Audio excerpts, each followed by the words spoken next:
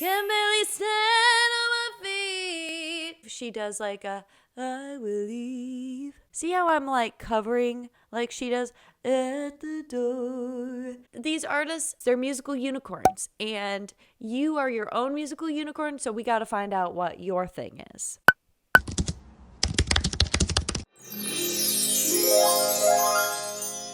Hello everyone, and welcome back to The Voice Mood. I'm your host, Olivia Peck, owner of Olivia Voice Studio, teacher for 10 years, and you can kind of see my dog Tony's ear, and now you can see his face.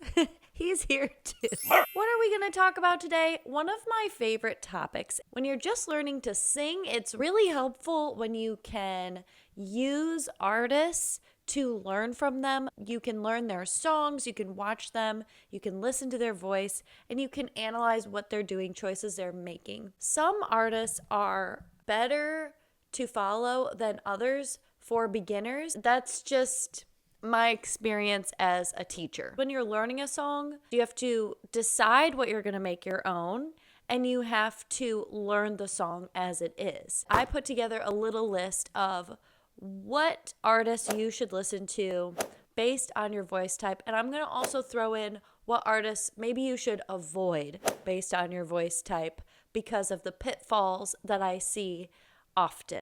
Before we get into it, I just wanted to tell you that if you do want to talk to me directly, you absolutely can. You can just go to oliviapeck.com, and on my website, I have every way that you can work with me. I even accept voice memos, which is really fun, and at a low cost to you.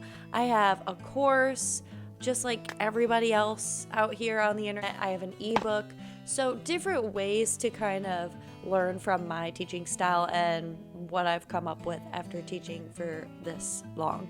Okay, let's start with voice types. For the sake of this video, I'm going to keep it simple and keep it to the 4 basic voice types: bass, tenor, alto, and soprano. Bass being the lowest, soprano being the highest, alto or mezzo-soprano, I'm going to lump those two together, and tenors being in the middle there. So let's start with the soprano voice. I always use Ariana Grande as a soprano example because her high voice is so iconic. She's got those whistle tones, she's got this beautiful high voice, and it's just something that you think of when you think of Ariana Grande. So that would be an example of a high voice. Now, an artist that I think you should listen to and maybe try to learn from or learn their songs if you're a beginning soprano, I would recommend Sarah Bareilles.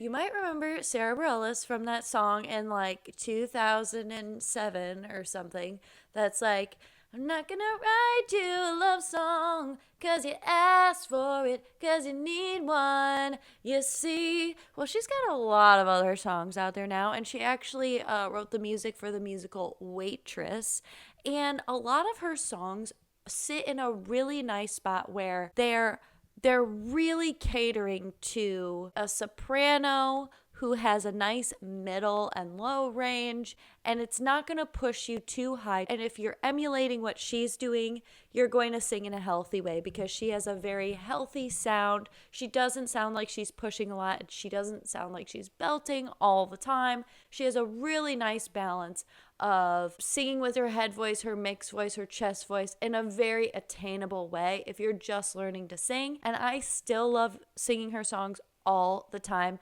Be sure to check out the song Gravity by her. It's so pretty, and if you haven't heard it, it's gonna hit you right here. All right, for sopranos and altos, I have the same single artist to avoid when you're just starting out, so you're gonna have to wait a second. I want to tell altos who they should be listening to as a beginning singer. And that is one of my favorites, Lauren Daigle. I talked about her in another video, and you're going to hear me say her name again, I'm sure, down the road, because I absolutely love her voice. And for beginning singers, she is just an awesome artist to learn from. Not only are her songs just gorgeous, but most of my students are able to sing Lauren Daigle songs. They're not too out of the realm of possibility when you're just starting to sing. You know, they're not too challenging. The melodies aren't in the stratosphere. They stay in a really nice zone. Okay, the artist to avoid as a soprano or alto when you're just starting to sing, Adele. Now, it's not because Adele's an icon and you can't sing her songs, they're way too hard. They're actually, a lot of the time, not too crazy when we're talking about range. It's just that when you sing an Adele song, it is extremely difficult to not sing them the way Adele sings them. Almost everyone, including myself, has to overcome the hurdle of not imitating Adele at all. Her timbre is so specific that it's just really hard to not include that when you're trying to learn the song. The colors she uses, for instance, it's not I will leave. She does like a I will leave my heart at the door. See how I'm like covering like she does at the door? And I would say Lauren Daigle's a little more straightforward. I keep fighting voices in my mind that say I'm not enough. That's Lauren Daigle. Whereas if Adele sang that, she'd be like, I keep fighting voices in my mind that say I'm not enough. Something like that. She would put more style into it. Moving on.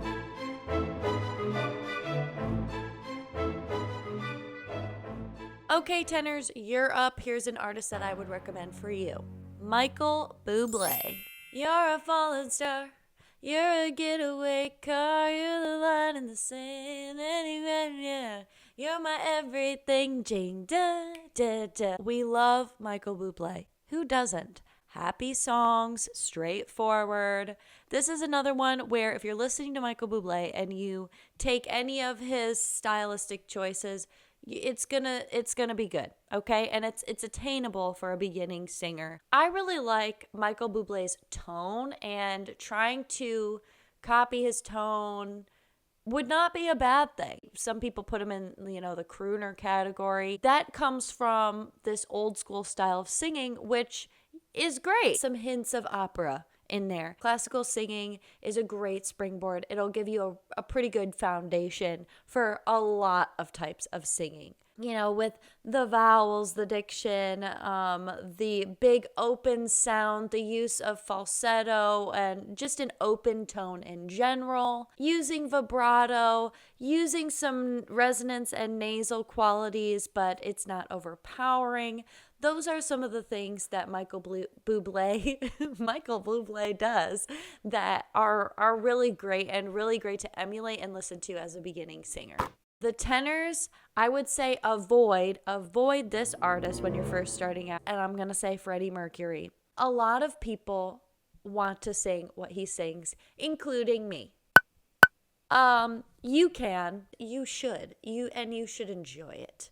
But if you're getting stuck on the song Somebody to Love, each morning I get up, I die a little, can barely stand on my feet. If you're a tenor, that's a tough one right out the gates. These artists, they're musical unicorns, and you are your own musical unicorn, so we got to find out what your thing is. Basses.